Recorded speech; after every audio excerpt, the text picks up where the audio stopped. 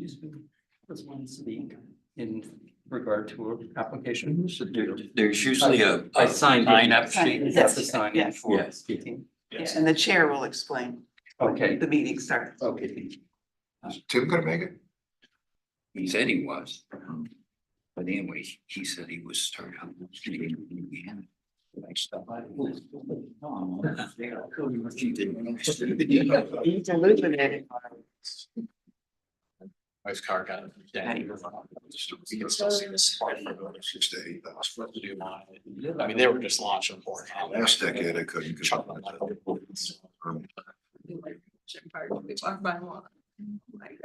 I sold. Okay, good afternoon. My name is Allison McKenzie and I am the chair of the Historic Conservation Board. I would like to take a minute to remind everyone about the rules of this proceeding. This proceeding is at all times governed by the rules of procedure adopted by the board on September 26, 2011, last amended on March 9th, 2020. A copy of the rules of procedure is available for review in the back of the room and online. All those planning to testify today, which does not include those solely making arguments, attorneys, should please stand now and take an oath administered by the board's attorney.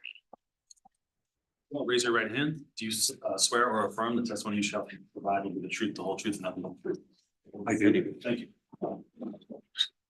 This is a quasi judicial hearing. As such, the board reserves the right to deliberate in private. The Ohio rules of evidence do not apply to this hearing. However, professional rules of conduct do apply and candor to the tribunal is required.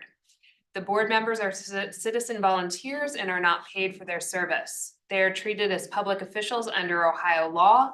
Any attempt to influence them, including but not limited to bribery, intimidation, retaliation, which may include contacting their employer in an attempt to exert influence, is punishable as a crime. All should be aware that this meeting is being recorded. Therefore, before you begin your comments, please state your name and address for the record. With that said, let's proceed with the first item. Actually, before we do, I only have 3 people signed up and I know more than that stood. So if you plan on speaking and have not signed in on this sheet, if you could do that now, we'll put it back where you can access it. Thank you. Okay. Mr. Owen? Thank you, Madam Chair. Item 1 today is an application for a use variance and renovation of the building at 1623 to 1625 Walnut Street. The applicant is proposing to renovate the existing building, which has been vacant for many years, into a residential building with 9 units throughout the building. The exterior work primarily includes an expanded roof deck on the rear of the building with a raised roof dormer to allow access, a new wood exterior staircase in the courtyard, new windows throughout the building, and general repair work. And there's also an 8-foot privacy fence proposed for the rear yard. The proposal will require zoning relief in the form of a use variance for the multifamily residential use, as the building is located in a manufacturing general zoning district, which does not permit residential uses. And it also requires a dimensional variance for the 8-foot privacy fence, where the zoning code limits the height of fences to 6 feet. So the zoning relief first, the use variance, staff feels that this is appropriate in the interest of historic preservation. This building was originally built as a mixed-use building with commercial space on the ground floor and residential above. It has been vacant for decades and was stabilized back in 2012. But has not been occupied since that point. It was completely gutted during that stabilization, so any previous legal non-conforming use for the residential was lost, so they are requesting that use variance now. Because of the configuration of this building, it is not likely that it would be used for modern industrial pursuits, so and that is evident in the fact that it has been vacant for many years. So Staff does feel that the use variance is appropriate, that 9 units would be spread throughout the entire building, including on the first floor. And then as far as the fence on the rear, the 8-foot privacy fence, the applicant argues that 8-foot height is needed for additional privacy as the property is surrounded by gravel parking lots on 2 sides. So they want the additional 2 feet to provide the additional privacy. However, staff does not feel that that additional 2 feet would provide a substantial increase in privacy and did not find any other justification for that request based on the zoning code. So staff does recommend that fence be restricted to 6 feet and the dimensional variance be denied. But as far as the certificate of appropriateness, staff does feel that the work is in compliance with the Over the Rhine conservation guidelines. Excuse me. The first floor will be renovated with the existing members repaired. The existing windows do remain on the ground floor, so those will be repaired, as well as the doors and the gate. The windows on the upper floor will all be replacement wood windows in a 2/2 configuration. And there will be some low profile skylights placed on the front roof slope. The main change to the building will come on the rear, but it is not going to be a visible alteration. There is an existing roof deck on the rear wing of this building, and that is proposed to be expanded around the edge. This is the dormer that will be added to provide that access. Excuse me. The existing parapet walls that you see here are all existing features. So this new dormer will be fit within that parapet wall. So when you view it from the side of the building, none of this work is visible. Sorry.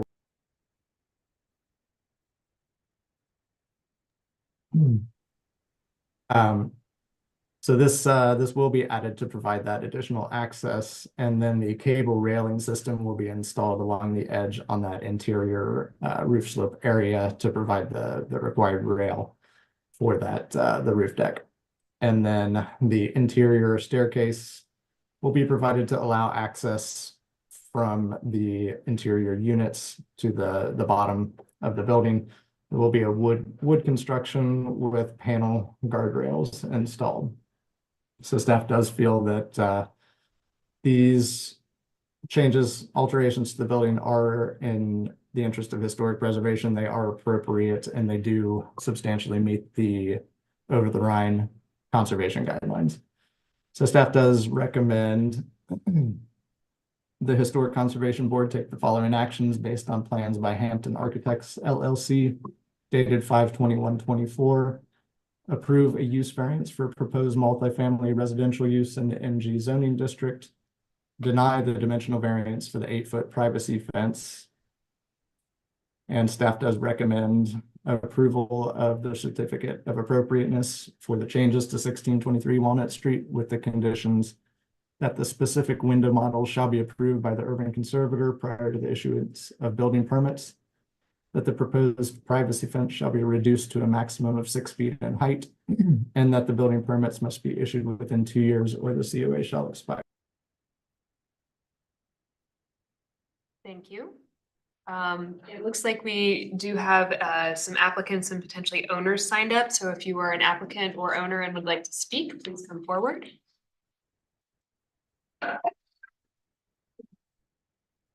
Thank you. My name is Steve Hampton, 1622 Walnut Street, Cincinnati. I'm the architect for the project. Mr. Owens has spoke about most of the work that we're doing. Again, it's all very much hidden from the public right away. And based on the fact that this is an MG district, we feel that the work is very appropriate.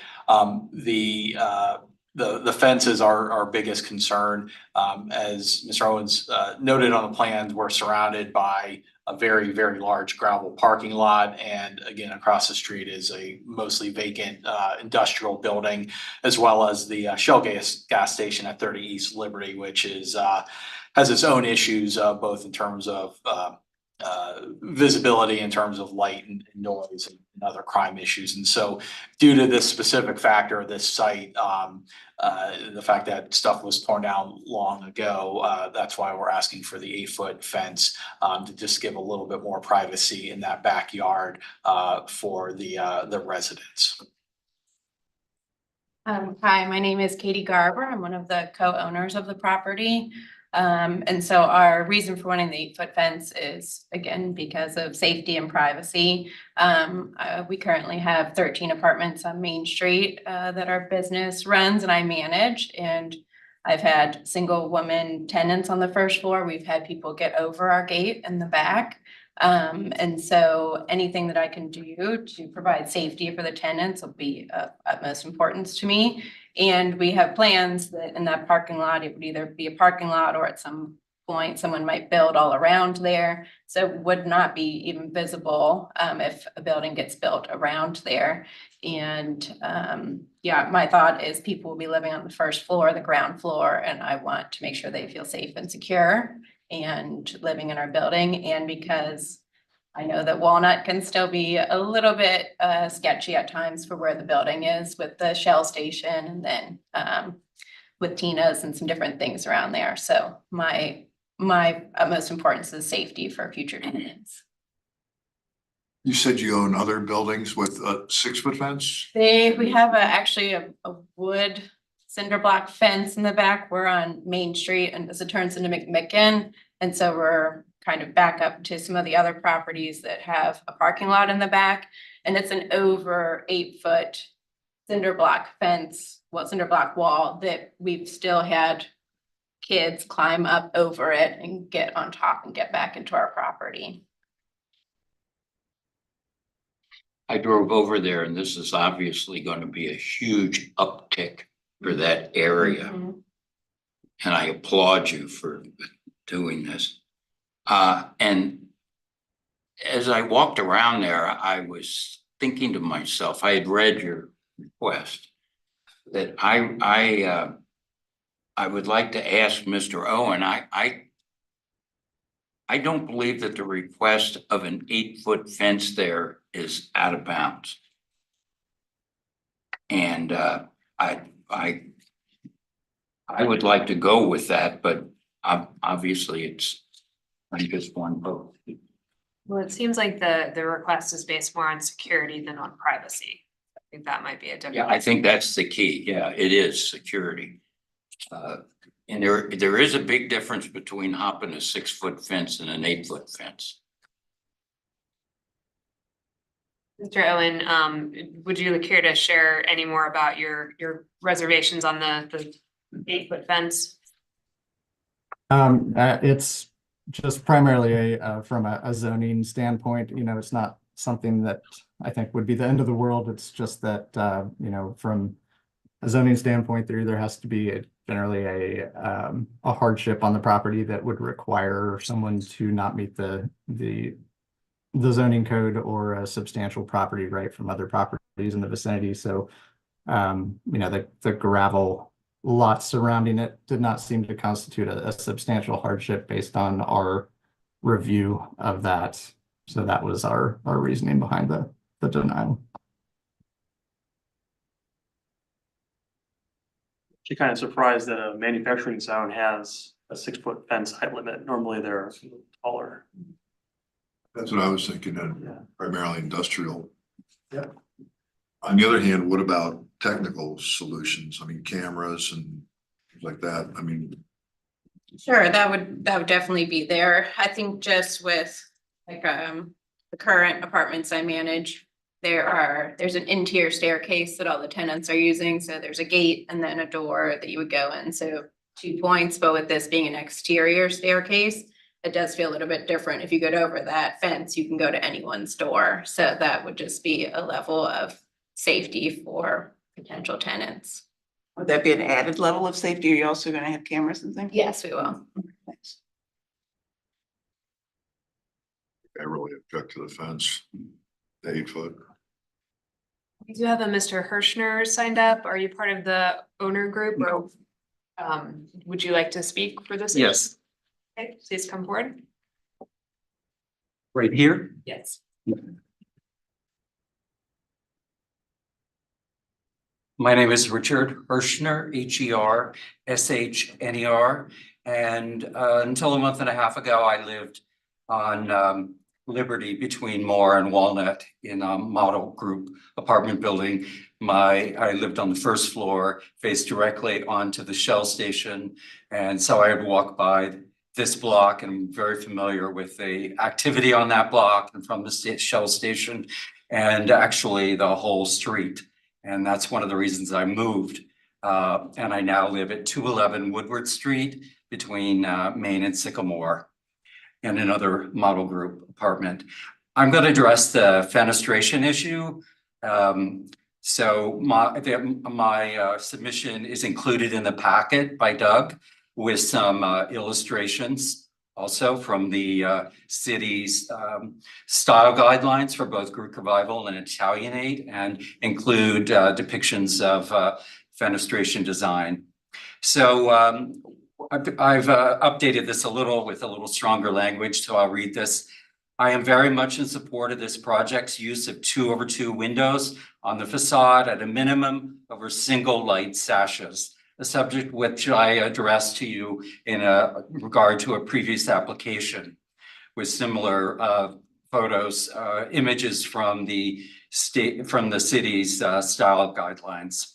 That said, I would have preferred 6/6 windows in conformance with the city's guidelines in those diagrams for this building, which is Greek Revival in style rather than Italianate. And when you do see 2/2 windows in the guidelines, on all windows as the buildings in OTR are visible from the street or from alleyways. Certainly this will be, the sides of this building will be visible from both Liberty and Walnut Street. And often including specifically the sides and the rear. So window configuration is a defining characteristic of because glass panes became available in larger sizes as the technology in factories developed. So for instance, 12/12, which you see on some of the earliest 19th century buildings, which then remained in place far into the 19th century in some cases. Just one second, let me get back to my email. Sorry, what happened here? I'll give you a few extra minutes, but we do have a 2-minute public comment. Oh, okay. Line. Okay. So the windows developed in sizes. This tells the history of the neighborhood.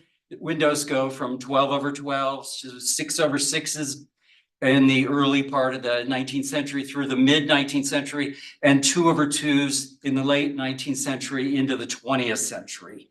For instance, my model building, which is probably 1840s, which I could think this building could well be, being 3 stories, and given the lack of any Italianate details, you would definitely have probably, if not 12/12, 6/6s. So so I'd rather see the 6/6s at least surrounding the building. So I guess I can end there. Thank you. Thank you. Any board members have any additional questions for applicant staff?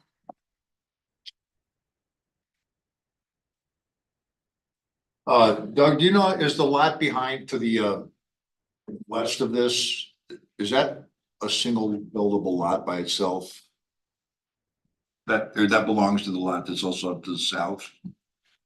That property's all, It is one single lot. that is one lot. And do you know who your neighbor is? Yes, that was all originally the Hussman Potato Chip Factory, then it was Christian Moorline. So the current owner has that property up for sale. So they also have that triangle lot there, as well as a parking lot between the building and St. Francis. So whole package that's up for sale. Thank you. There are no additional questions. I would entertain a motion. Madam Chairman, I'd like to make a motion to approve the zoning relief variances, both the use variance and the dimensional variance, and the certificate of appropriateness is laid out by staff. Second. I'll call the roll. Mr. Zelasco, Aye. Mr. Sunderman. Sorry, Madam Chair, if I can. There was a condition on the COA to reduce the fence height to 6 feet. Oh, I'm sorry. You want the 8-foot,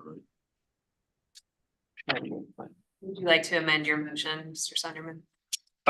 So. Yes, and I would like to ask for some help from Mr. Sturkey. So I think The the dimensional variance. I think the motion as it was stated the first time is fine. I would just address in the second time that you don't want to include the condition to limit the fence height to 6 feet for the COA. Okay, and the approval of the dimensional variance is also the same for that section of the certificate of appropriateness. So we're removing condition number 2 of the staff's. Yes, certificate of removing, yes, thank you, removing section 2. Sorry, you just to look at how it's written.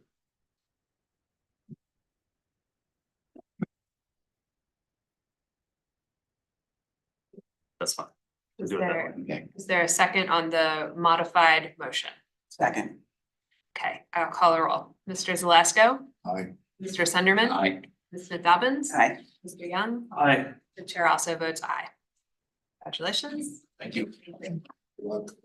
Okay, Mr. Owen, I think we're ready for item number 2. Thank you, Madam Chair. Item 2 is an application for new infill construction at 2443 Auburn Avenue in the Auburn Avenue Historic District. It is a proposal for a new multifamily building that will be 5 stories, clad in brick and ephes siding, with a parking garage below the building integrated into it. The building will be U-shaped with an interior amenity courtyard that faces the west. And it does have a slight articulation in the facade to fit the angle of the road on Auburn Avenue as it kind of shifts. Screen.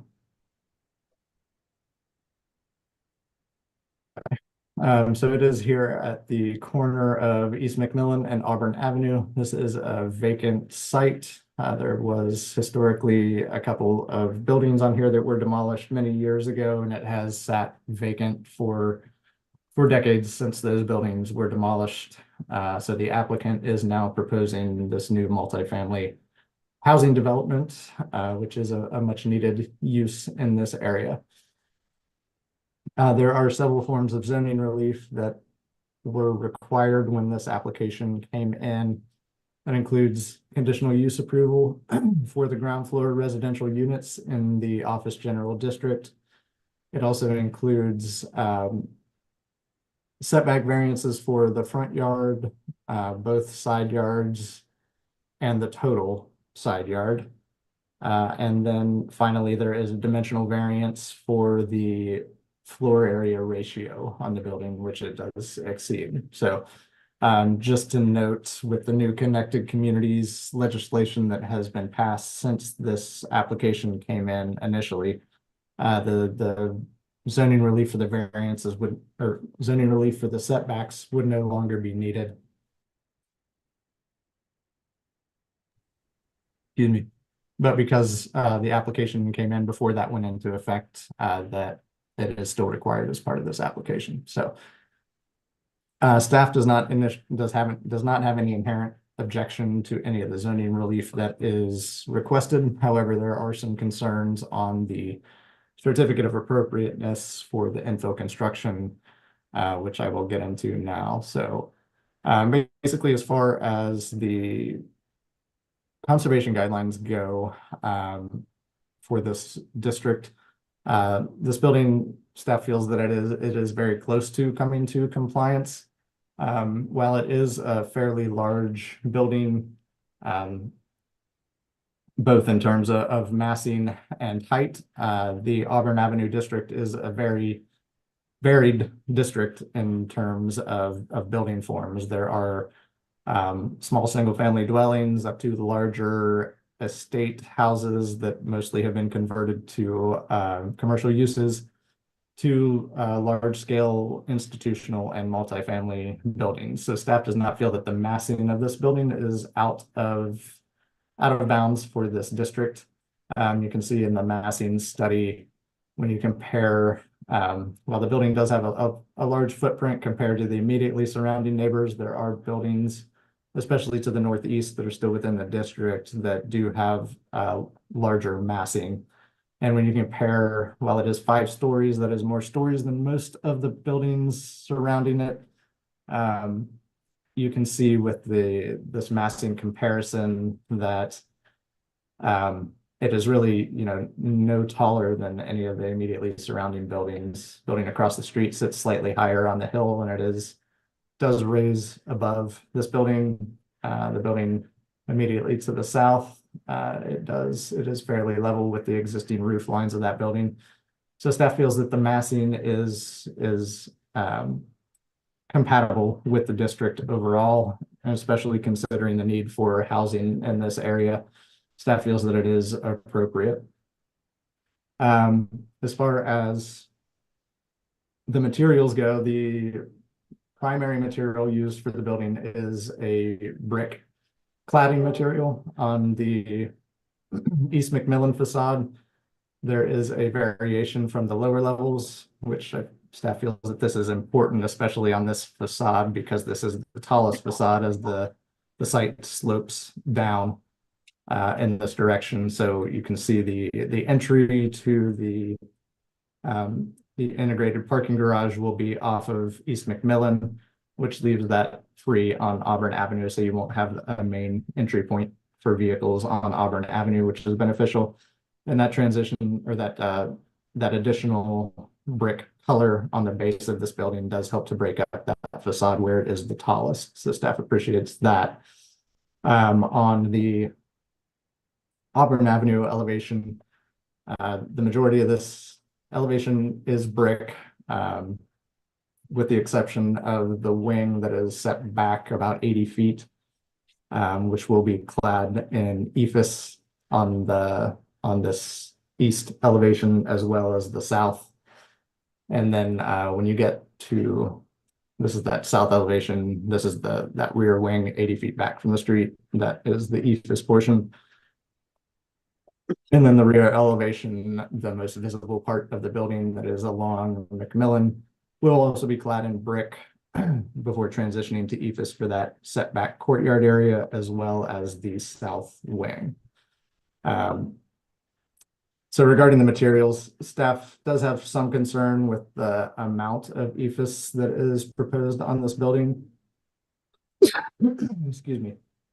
Considering that the primary views from Auburn Avenue will not have a huge portion of ephes that is visible. The main concern from staff would be the portion of the wing that does extend to the south, even though it is set back 80 feet. It will have a fair amount of visibility when you're viewing from an angle towards this building. One second.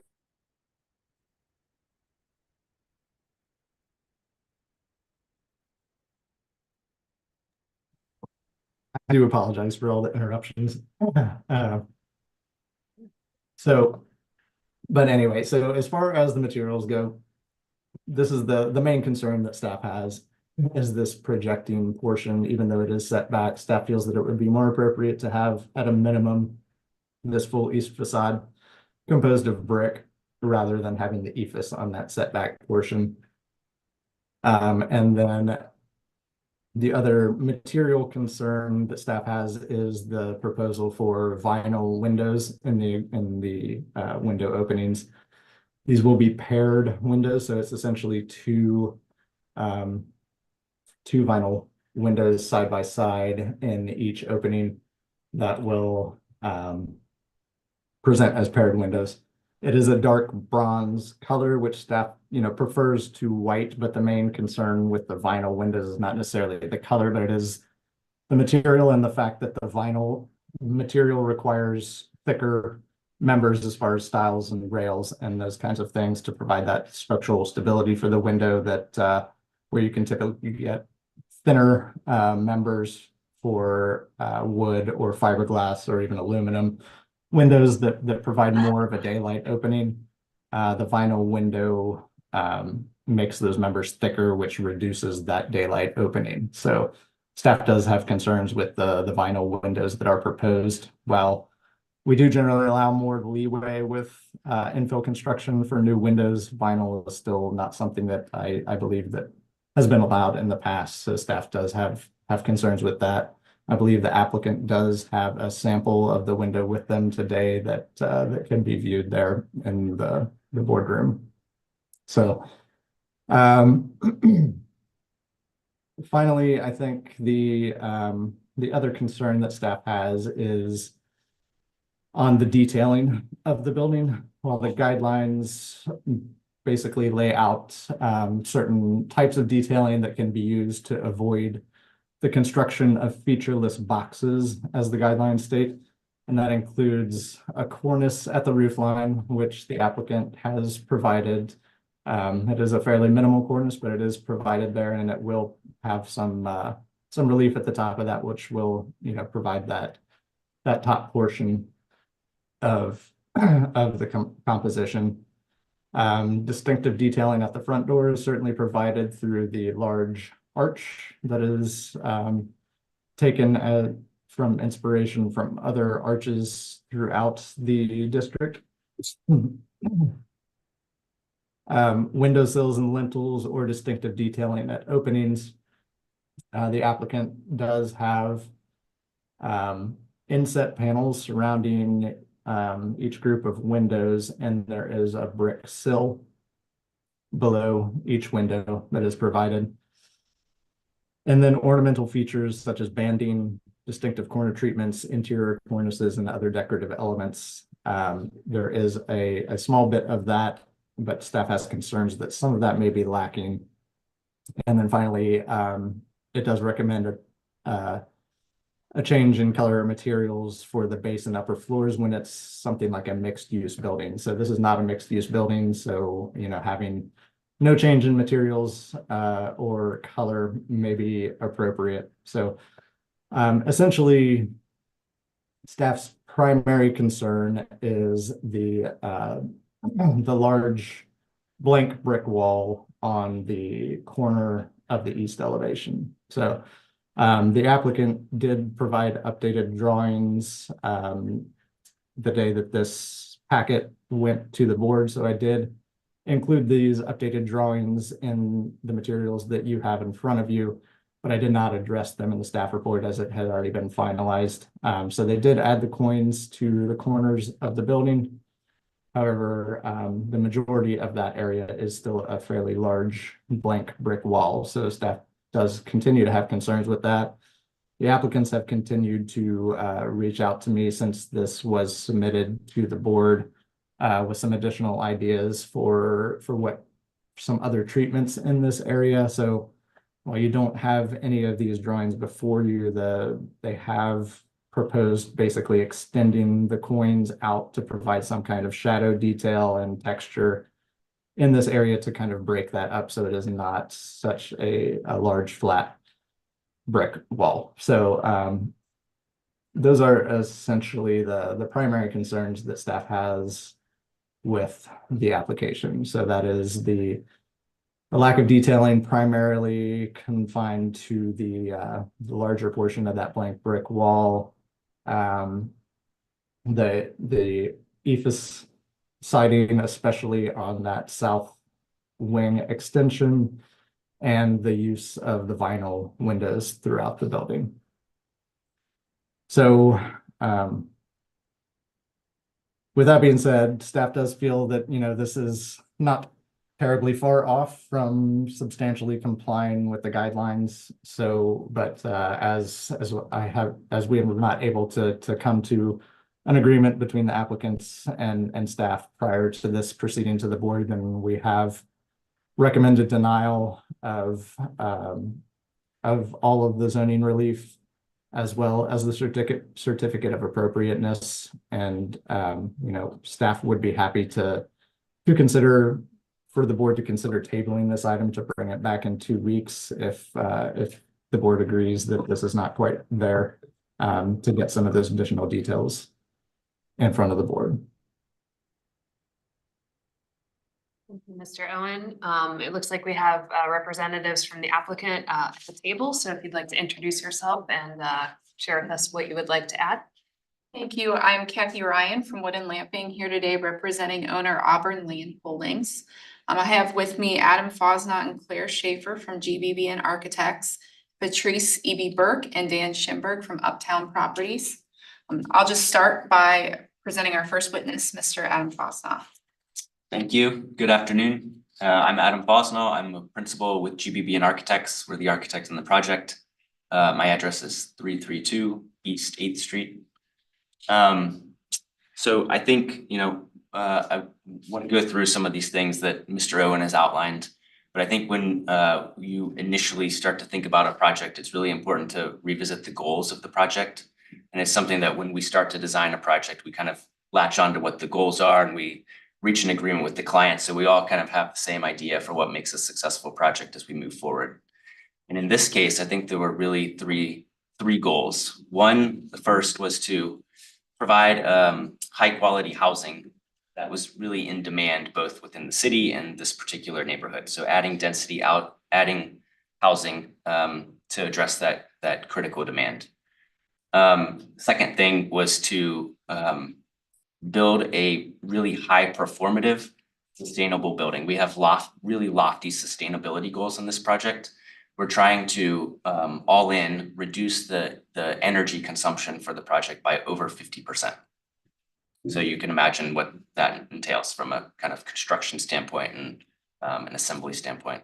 And then the third was really to deliver just a generally high quality building that would anchor the northern end of the Auburn Avenue district, that would be capable of being inspired by a lot of the detailing and language within the Auburn Avenue district, but also take a fresh approach to it and be something that acted as that kind of gateway and transition between Auburn Avenue, McMillan, UC, and the surrounding community.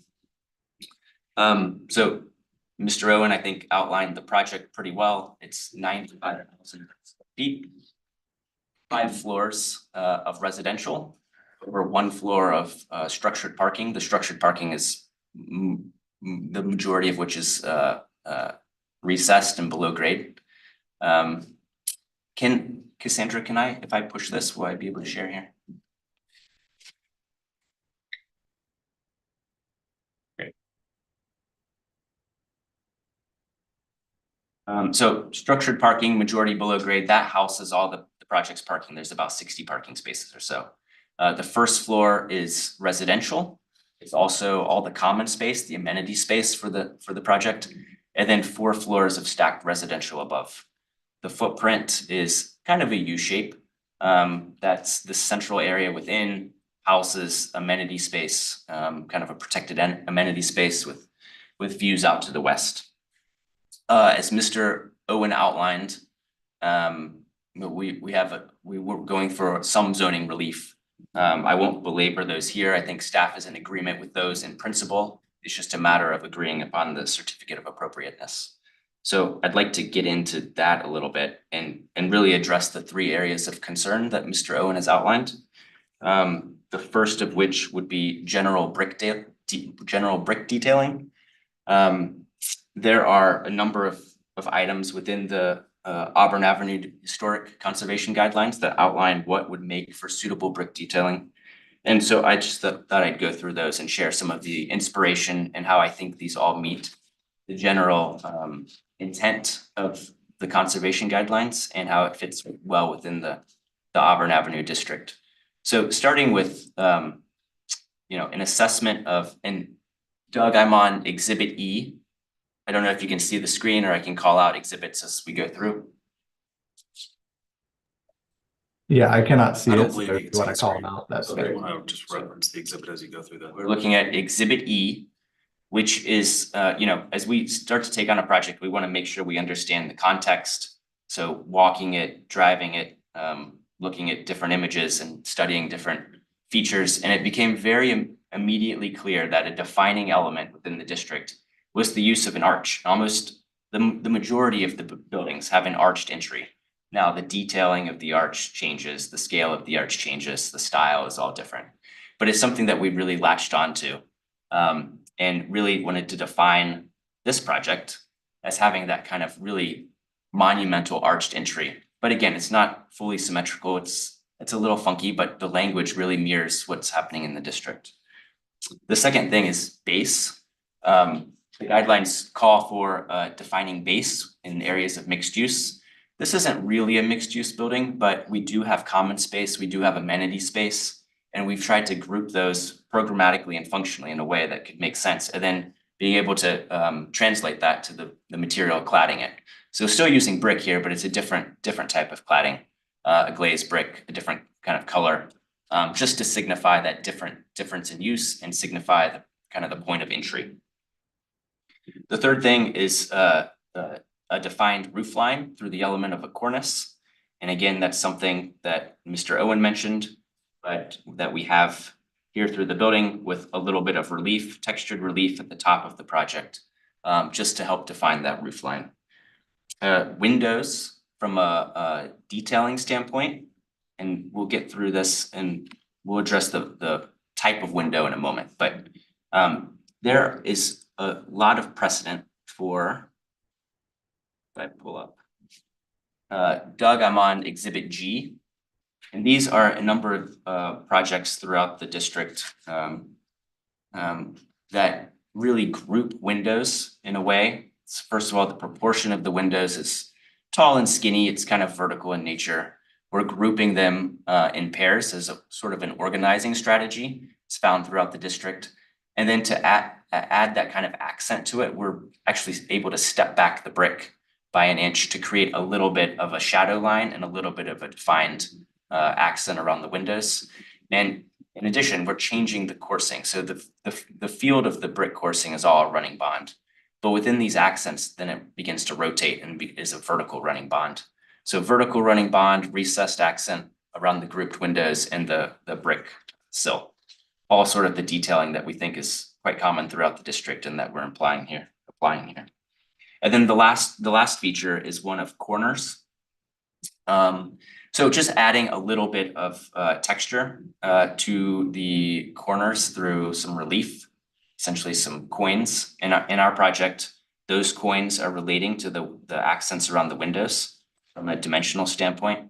So you can see the kind of wrap here and the height of it matches the accent of the windows. And those are on all the brick surfaces. So I think that's kind of the general outline for how we've been treating detailing, really trying to create texture and rhythm and what is a fairly big building, trying to break it down. Then the other thing that is, you can see in the site plan here, that Auburn Avenue, based on some work that happened in the last 5 years, has added this extra turn lane. And it's kind of kinked the nature of the road in a way that would make it kind of an awkward thing to have a orthogonal building directly adjacent to this kinked road.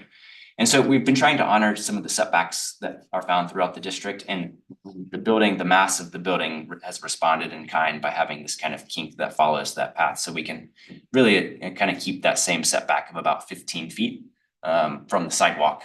Sidewalk's about 10 feet. So all in, we're 20 to 25 feet from the street. The second staff objection that Mr. Owen outlined was one of the materials of the windows.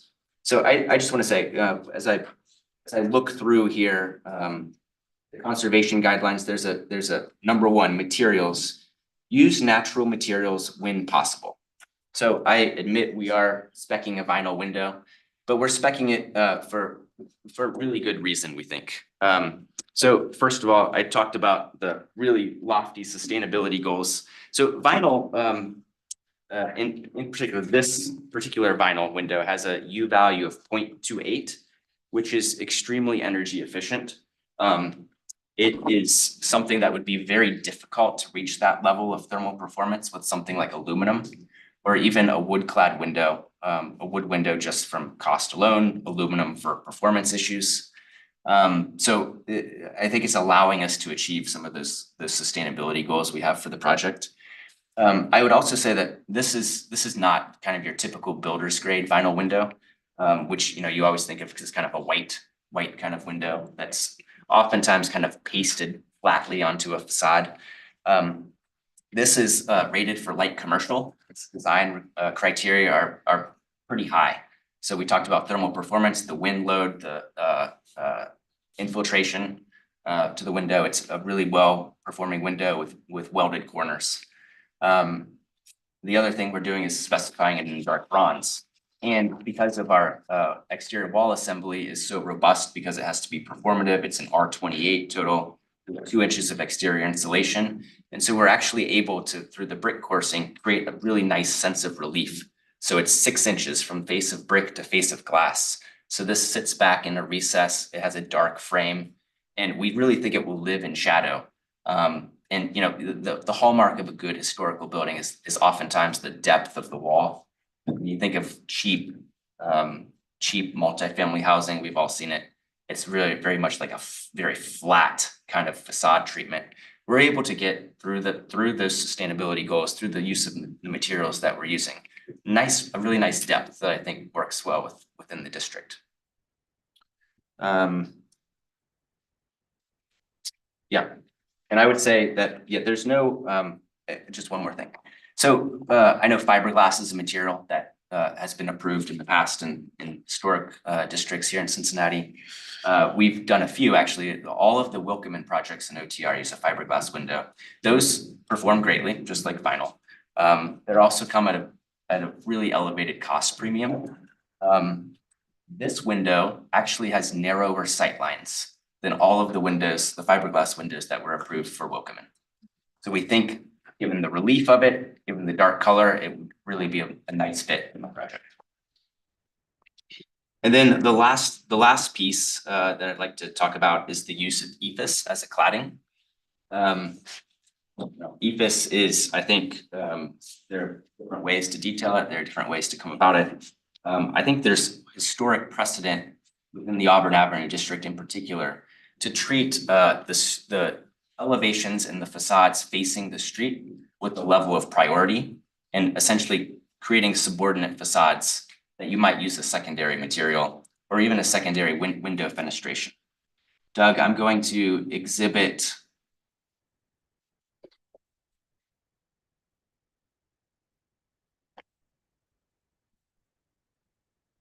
Exhibit I. And so these are a number of projects throughout the district that you can see the face of the building. The facade that faces the street is treated one way, and the facades at the return, the side elevations, or even the rear are treated a very different way. Whether it's a difference in color, like this one, or if it's a difference in material, like this one, transitioning to wood, or it's a difference in going to a split face CMU, or if it's changing the color or removing windows, or even in the case of this one just to the south, would be having a stucco base across the facade and large garage doors. So we think there's good precedent for it. The reason why it's important to this project is we're trying to really create an elevated experience for the facades that face the district, that are visible from the district, and have that expressive quality of really high quality building materials. And it means that, just financially speaking, that we have to, choose our battles. EIFS is a really high performing facade material that helps us achieve our energy goals. So we could put some sort of fiber cement on or wood cladding, but the problem with that is you have to do that and provide exterior insulation, and it becomes extremely expensive to do. So, I think you've probably heard of passive house certification, which is kind of the penultimate level of thermal and energy performance for buildings. And the majority of passive house projects, both in the US and in Europe, use EIFS as a material because it's so thermally efficient. And in this case, it makes a lot of sense for our project. So I want to share Exhibit J. So two things here. One is a plan diagram, a site plan diagram, and you can see in pink all the areas that are lined in the brick cladding that we're talking about.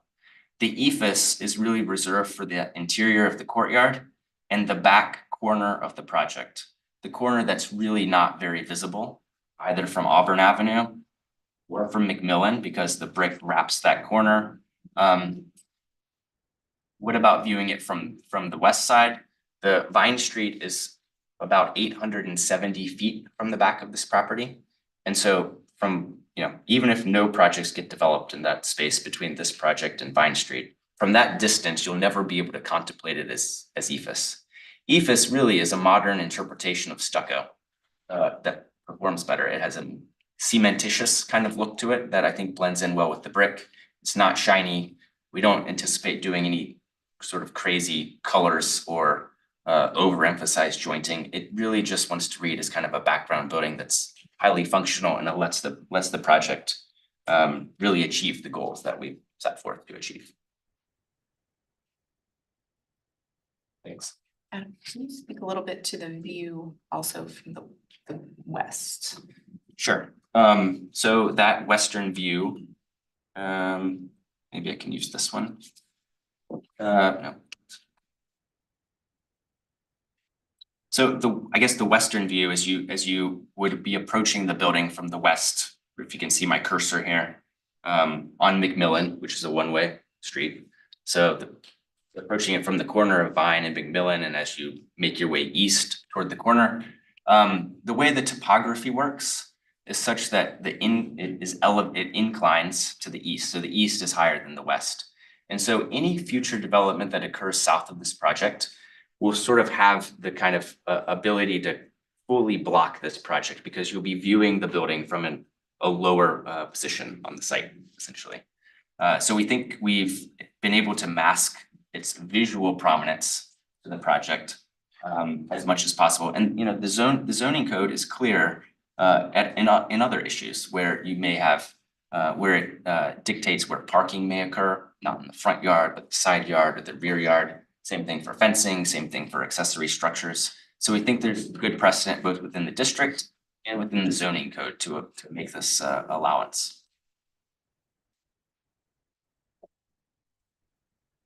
Do you have additional people you would So if like? we have no questions for Mr. Fosnaugh, we have our next witness. Can you leave that on? Because I'm gonna do the share. Computer. Yep, thanks. Let me go to the last two. This one. Mr. Owen, we're on Exhibit K. Thanks. Hello, my name is Patrice Burke, and I'm the Vice President of Real Estate Development at Uptown Rental Properties. I've been working in Mount Auburn for over 12 years, and I'd like to go into more detail on the sustainability goals that Adam mentioned, as well as the consistency with city plans. And I would just like to make one more point on what Adam was just talking about on the western view corridor, which is everything to the west of this project is outside of the Auburn Avenue Historic District. So the view, I'm not sure how the historic deals with that, but you're not experiencing that facade from the actual historic district. You're experiencing it from just the other areas of the city that are not in this district. One of the core values of Uptown Rental Properties from the very beginning as a rehabber and now as a developer and manager is sustainability. Renovations are inherently sustainable. And while we showed just the buildings that we have renovated in this site, which we actually are in your packet, but I want to put up on the screen here. So this shows the Auburn Avenue Historic District, and highlighted in blue are the properties that we have renovated over the years. We've also done, a lot of buildings outside of this district, but it's kind of got a funky boundary to it, so we've been active from, north to south over a number of years, putting most of these buildings back into service that were either underutilized or used as like a small doctor's office that are now activated with new residents. So this is what we've done in the Auburn Avenue Historic District, but we've renovated hundreds of buildings in Cincinnati over the past, since the mid-80s. Our very first new construction project after the USGBC created the LEED designation was LEED certified. And since then, we've done 13 LEED certified buildings at different levels of certification. We've created thousands of safe new units with reduced energy consumption, and our goals with this project are even more ambitious. I want to read from my notes because I want to make sure that that you get exactly what I'm saying about the program that we're using. So this building is seeking a Clean Air Improvement Project designation through the Ohio Department of Air Quality. Like Adam mentioned, it'll be an efficiently designed whole building constructed to exceed by 50% the energy efficiency standards adopted by the Ohio Board of Building Standards of the Ohio Administrative Code. We'll achieve this through high energy efficient measures, which is shown in your packet, but I have it up on the screen for you to refer to. On-site clean energy generation and other air quality improvements that reduce harmful air pollution. It's a rigorous process that is interconnected through design, construction, commissioning, and operation. Of particular note is the validation annually by an assigned independent engineering firm. So measurement and verification of the improvements are required. This project is designed for student housing to serve the University of Cincinnati. Anyone is welcome to rent in this building, but the floor plans, leasing schedule, rental model, and proximity to UC lend it most to student housing. UC enrollment has grown substantially over the past decade, and their plan is to continue to grow to more than 60,000 students by 2030. While they ramp up their own production of housing, there are not enough units to supply the demand for housing around the university. This project will have 55 units and 188 beds. We are expecting the staff report to give a detailed analysis of the compatibility of this project with Plan Cincinnati, Green Cincinnati, and the Auburn Avenue Corridor Plan, since those plans do apply in historic corridors. The staff report includes the sentence, "This project conforms to the Live section of Plan Cincinnati." So I'd like to go into more detail about that compatibility because as developers, we look to those plans as guiding principles for the work that we do. The proposed project is consistent with the LIVE initiative area of Plan Cincinnati, specifically the goal to, quote, create a more livable community through the strategy to support and stabilize our neighborhoods on page 160. It's additionally consistent with the goal to provide a full spectrum of housing options and improve housing quality and affordability on page 164, and the strategy to offer housing options of varied sizes and types for residents at all stages of life, page 169. The proposed development will increase the housing stock within the Mount Auburn neighborhood, as I mentioned, by adding 55 units and 188 beds. This project is also consistent with the goals of the Green Cincinnati Plan from 2023. One of the goals of Green Cincinnati is to reduce building emissions 30% from 2021 levels by 2030. The strategy to accomplish this goal is to decrease energy usage in new and existing buildings through an adoption of energy efficiency and electrification technologies. Another goal is to obtain 40% of electricity load from clean energy sources by 2030. The strategy to accomplish that goal is to provide residents and businesses with continual access to power from clean energy sources. We're clearly supporting both of these goals by building a clean air improvement project. The production of new housing proposed here is also consistent with the Auburn Avenue Corridor Plan, the stated goals of the city administration and city council to produce more housing. I'd like to also note that when the street was originally constructed, it was constructed entirely for residential uses. So this is kind of bringing it back to the original use in the district. We selected GBBN as the architect because they've done such high-end design in historic districts, and they have vast experience in designing and constructing buildings in many of the Cincinnati historic districts. We think they designed a beautiful building that is not a featureless box. Last, as far as community engagement, I do have a letter of support from the Mount Auburn Community Development Corporation. We have not had a chance to go to the community council yet, though, because their meeting schedule, they did not meet in June and July. We attend their meetings monthly, and we will certainly present this project to them. So finally, for these reasons and others, I would encourage the board to support both the zoning relief and the certificate of appropriateness.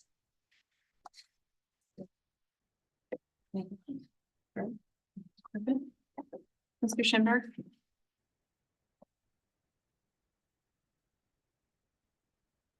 Hi, good afternoon. My name is Dan Schimberg. I'm president of Uptown Rental Properties. I founded Uptown Rental Properties, starting with my first rehab in the mid-80s. And my philosophy since then, we are kind of buy and hold and take the best care of our properties. In November of 2014, I kind of announced, but really starting in 2012, I really recognized using a new tool of Google Earth, really this underutilized area of Mount Auburn. And all the talk at the time, to take everyone back in time, is how do we connect uptown and downtown? And so I really started looking at Mount Auburn as integral to connecting uptown and downtown. And when I really started to survey what was going on in Mount Auburn, it was really nothing was going on in Mount Auburn. At the time, I think there were 16 buildings in the Mount Auburn historic corridor that were either vacant or underutilized. In November of 2014, we went public and announced that over the next 5 to 7 years, we would be spending about $80 million in Mount Auburn, renovating, building, creating new housing, rehabbing, and so on. This parcel of land, we've really been holding on to until Mount Auburn was strong enough to have a building of this quality, that we could afford to build a building of this quality here. All of the land that this sits on, this actually sits on an 8.5 acre parcel, which extends all the way down to Vine Street. We've entered into an agreement with a Chicago company to develop for student housing the balance of this site, which is not germane to the subject of today, except for one item. And that is that we carved off this historic parcel from that opportunity in Chicago because I wanted to build the best building we could possibly build.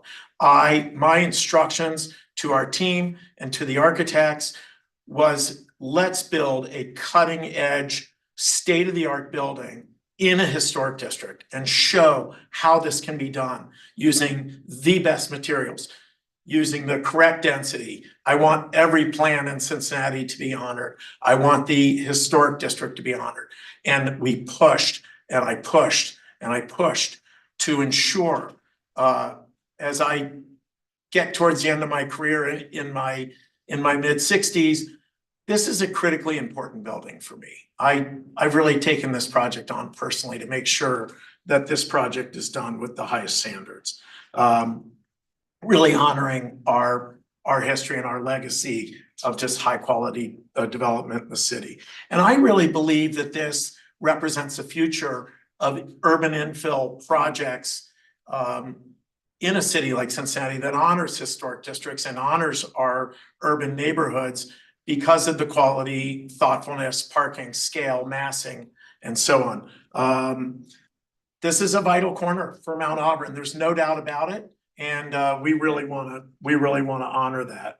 And so we are asking, and we understand Doug's comments, and I think we have answered them in a way that balances the critical importance of honoring the historic area. It answers the critical needs of the housing. It honors the reality of energy conservation, sustainability, and all of the things that all of us read about, talk about, care about, on a daily, weekly, and monthly basis. So we will continue to obviously bring this building home, and as a developer and as a fifth generation, a family that's 5 generations deep in Cincinnati, I ask you for your support on this building. I believe that is everyone who has signed up.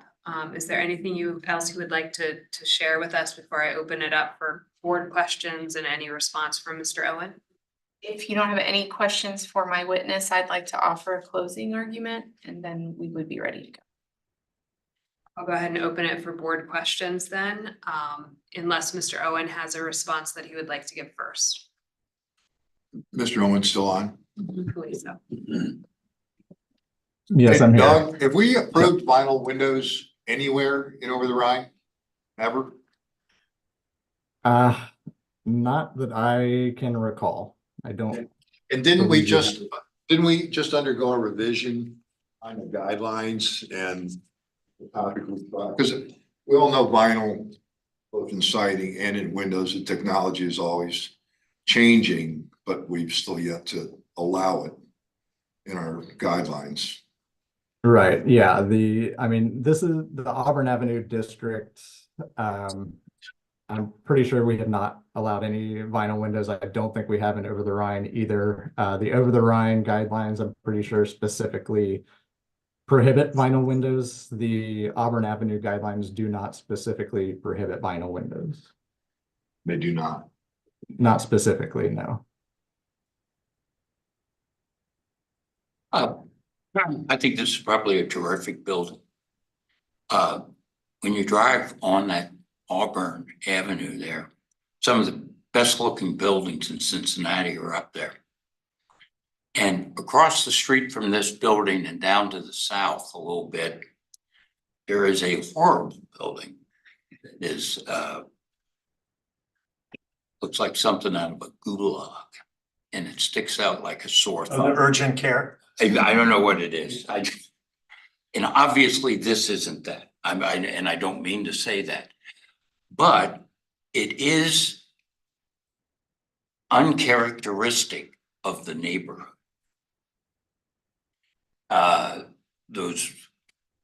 Yes, I'm sorry. I think it is.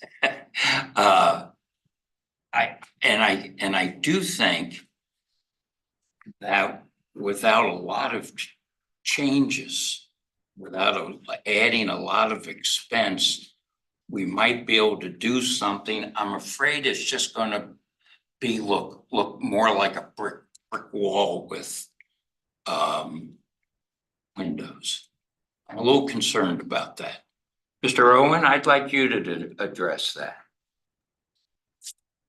Yeah, I mean, I think that is my main concern on this is the lack of ornamentation and detailing that the guidelines kind of speak to. You know, they're typically with a building of this size, it would be broken up in some way with a change of materials or some kind of like decorative banding to break it up or things like that. So those are the kind of things that I don't think we really see on this building. You know, there are some details that do provide some of that relief, like the inset panels around the windows and that vertical brick instead of the horizontal within those panels, but being all the same material and same color, it's not something that is very obvious, I guess, when looking at it, especially from a distance. So that combined with the you know, the larger blank brick wall with no windows on that northeast corner, those are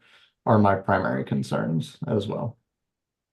Well, I think for me that the scale of the details that you've presented are probably very applicable for a smaller residence. You've pulled some good precedents within the area, but they're all much smaller buildings. And I do have concerns that the scale of the details that are being used to differentiate this building are just dwarfed in comparison to the scale and massing of the overall building and might get lost. I want to applaud your 3 points of affordable housing and energy efficiency and having it be an anchor in the neighborhood. But I have to tell you that when you pulled up Exhibit J, for me, that's like, oh no, it just overwhelmed all the other buildings that are on the street. And also, I live in a neighborhood where squares and rectangles are going up and they're, in my opinion, characterless. And they have no aesthetic value. And your building is pretty, I just don't think it fits in the neighborhood. The detailing on the cornice is unclear to me. There's it points to a couple of examples, but I don't know is it supposed to look like the example or is it just a reveal? There's a scale difference. For The diagram just looks like a reveal. Is it one soldier course? Is it, in the elevation, it looks like it's half a window height, but in the detail, it looks like it's just one soldier course of brick. And I guess that's where some of my scale confusion comes in. So I know we're kind of jumping around here. So the zoning is not, the setbacks are not an issue anymore.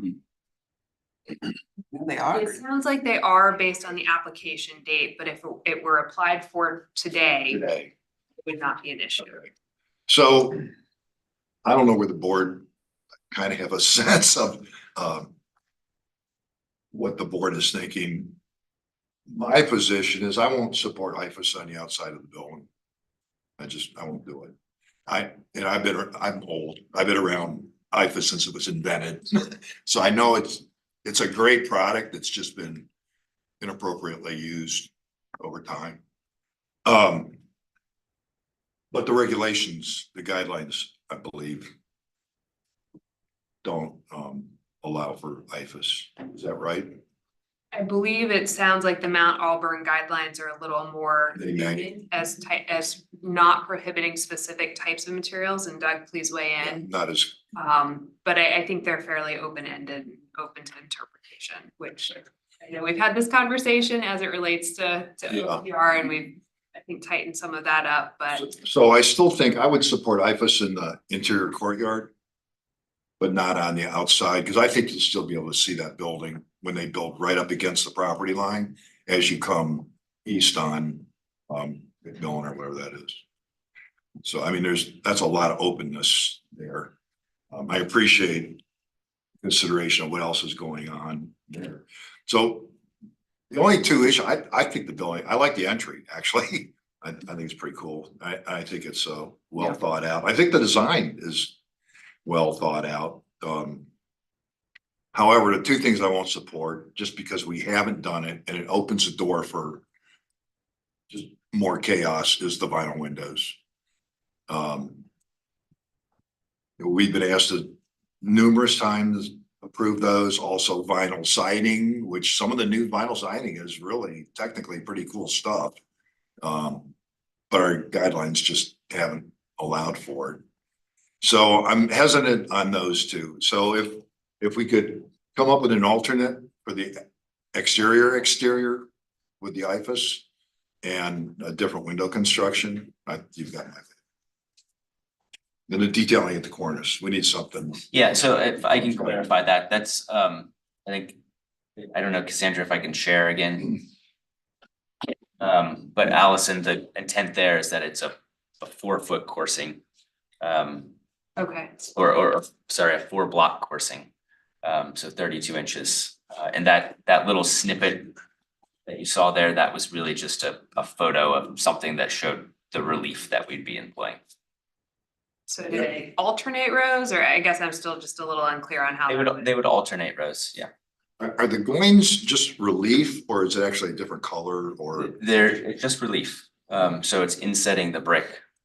I'd really like to see you guys come back with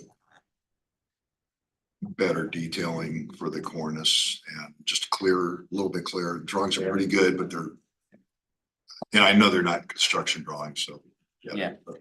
You know, I think it's important to say, you know, the guidelines call out, I have it here. I did have it here. I do have it here. If I can just quote from the guidelines, the guidelines are not rigid sets of rules, but serve as a guide in making improvements which are compatible with the district's character. They set broad parameters while maintaining ample opportunity for design creativity and individual choice. And then there's another sentence that talks about the idea of being more compatible with the contributing buildings rather than more compatible with the non-contributing buildings that Drew said. And I think, you know, if you were to look at this project in comparison to all the other buildings, contributing and non-contributing in Auburn. This clearly has a design language and a thought behind it that I think is expressive of the contributing buildings. I understand your concerns. Like to, and I hear you loud and clear. I'd like to show you the largest multifamily building on Auburn Avenue, which is this building right here, which was part of the inspiration. It's all one color, double windows. And that is just one big blank facade with some arches. This is a building that was basically a crack house that we renovated and approved by this board. And this was really part of the inspiration. This is about 200 yards to the south of the building. And it's this is called Auburn View. How long ago was that, Dan? We renovated this, actually Tim Voss worked for us and ran our restoration program at the time, and he was in charge of this renovation. I renovated this in, it was right around Wellington, so probably 2016. It was an absolute crackdown disaster. We bought it from Joanne Hall. But a lot of the examples that Adam showed were close up of this building. And you can see Wellington behind it, but this was really our inspiration. And then if you look at the building in the background across the street is another big multifamily building that's a square box. And then as you go down the street, all the way down to Dan Deering's building, we just drive down the street here for a minute.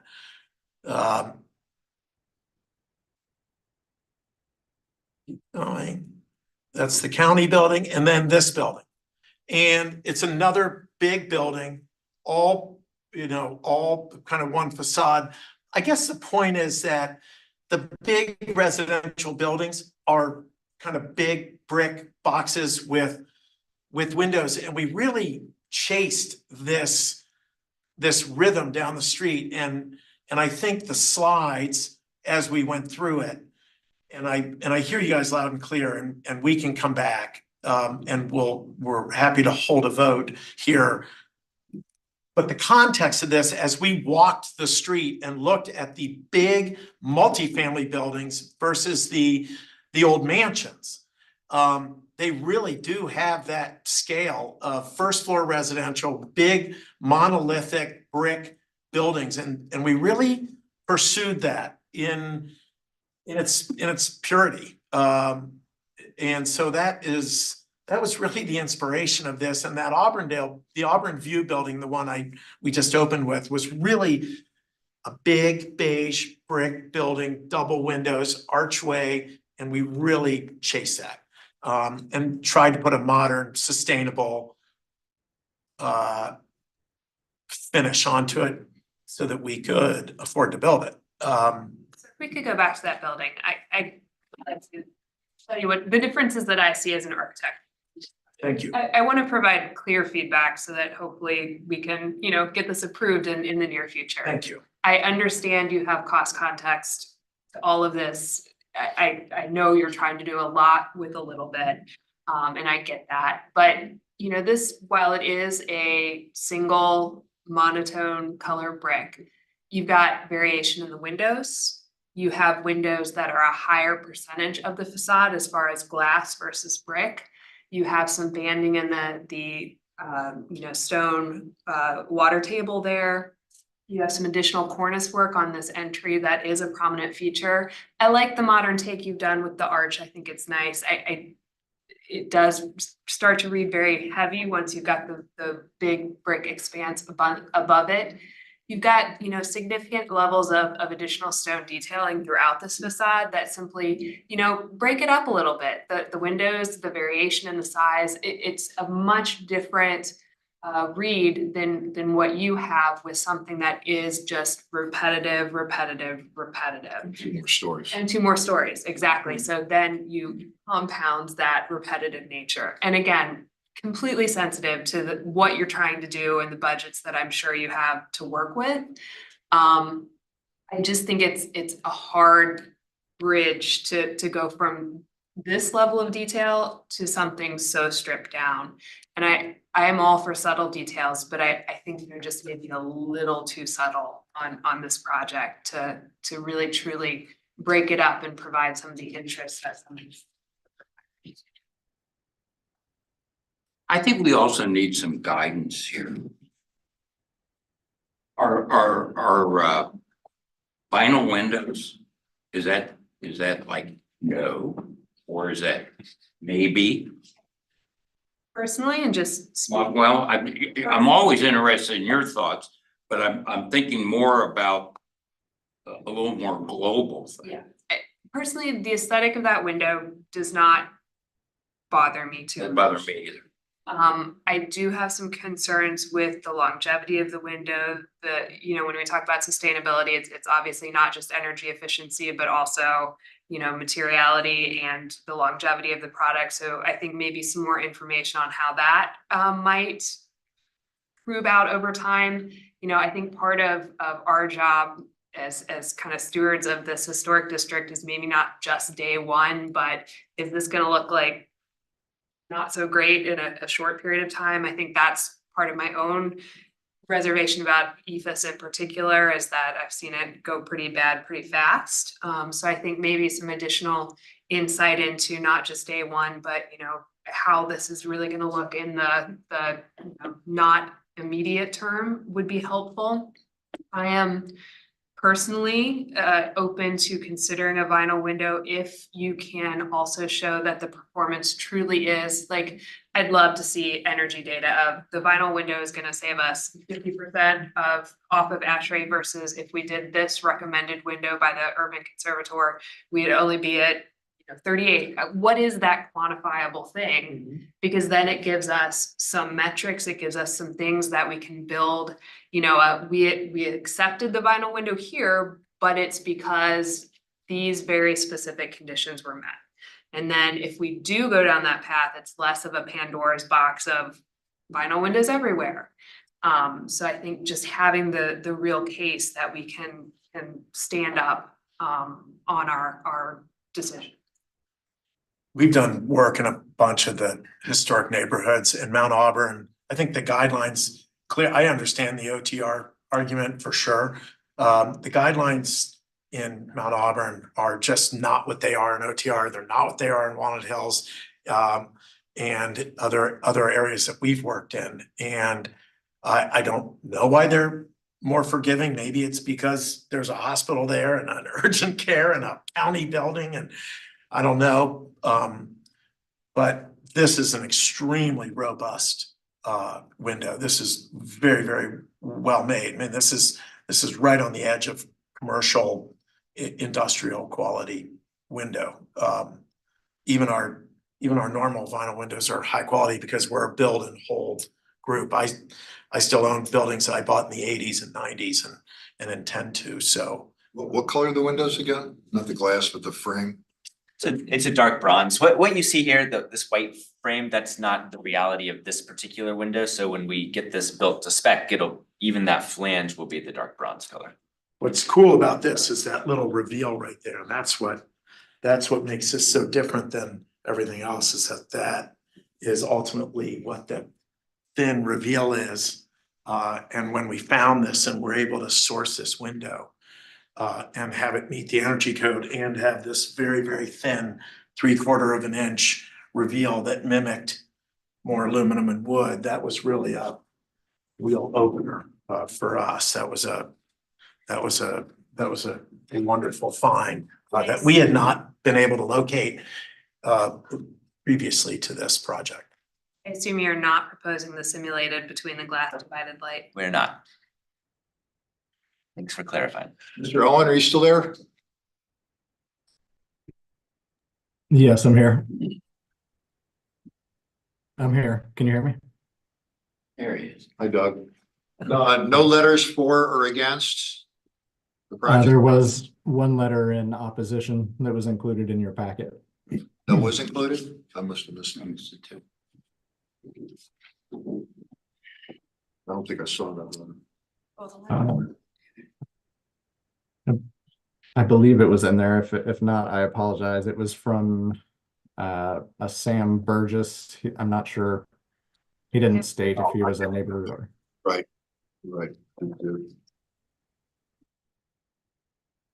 So we made it at the point of a motion. Madam Chair, I'll move. Yeah. I just want to make a comment that I just want to agree with the general flatness of that corner and would like to see if there's some opportunity to treat that with something maybe as simple as a mural or something. I think that part that contributes to this overall sense of flatness for the building. And so I'd like to see maybe some more imagery to see if there's a depth in those windows and if there's some way that we can work on making this vertical articulation of that facade on the street look a little more crisp. So I don't know if that's a rendering thing or a design thing, but some of my comments on this. I feel like it's moving in the right direction, but we're in another pass at it. That's all. Mr. Sturkey, were you going to ask about tabling versus? Voting. Yeah. Would you like to come back?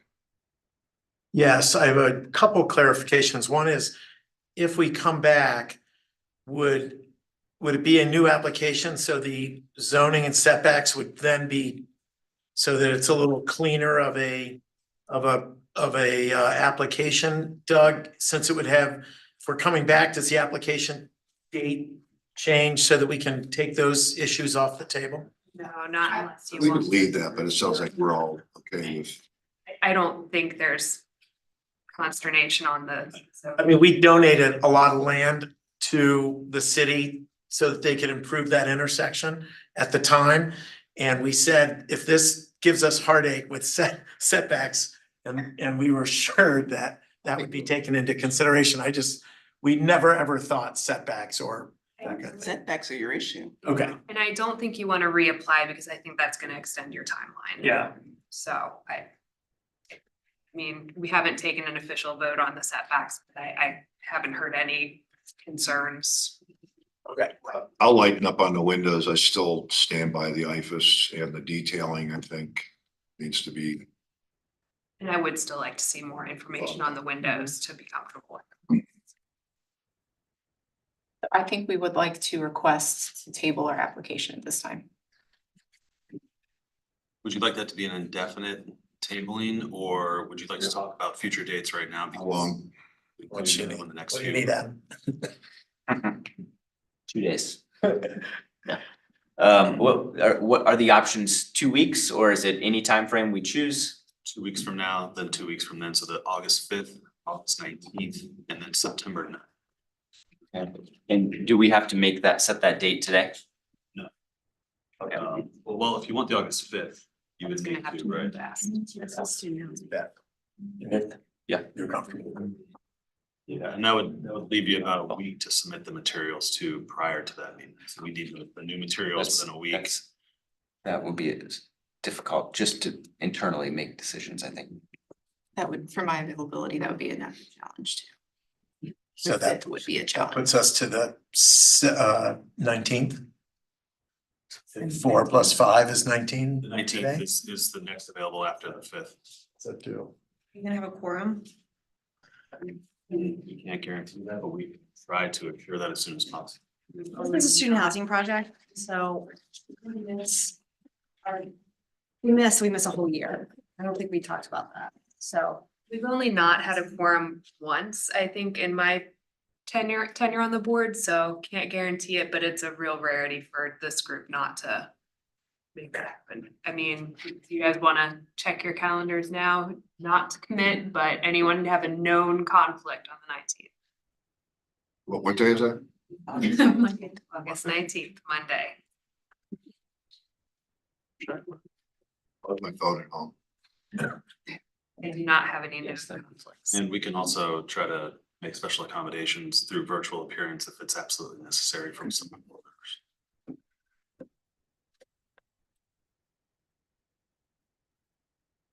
members. Okay. Okay, with that being said, would someone like a motion? Move the table until July 19th. August 19th. I'll make that. Second. No, it's July, not.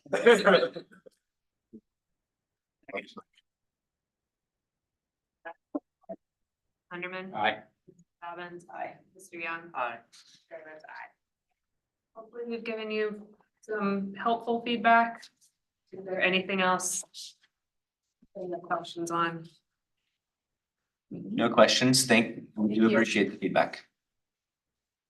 Thank you. We do have staff level approval still on the agenda. Are there any questions on those?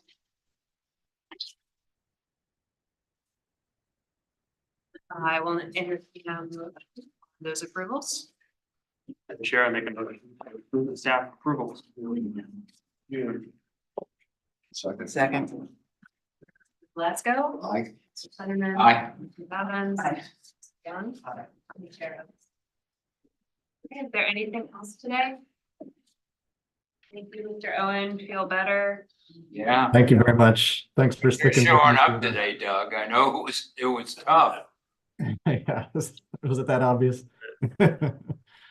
Thanks for sticking with me through that. I will entertain a motion on adjournment. So moved.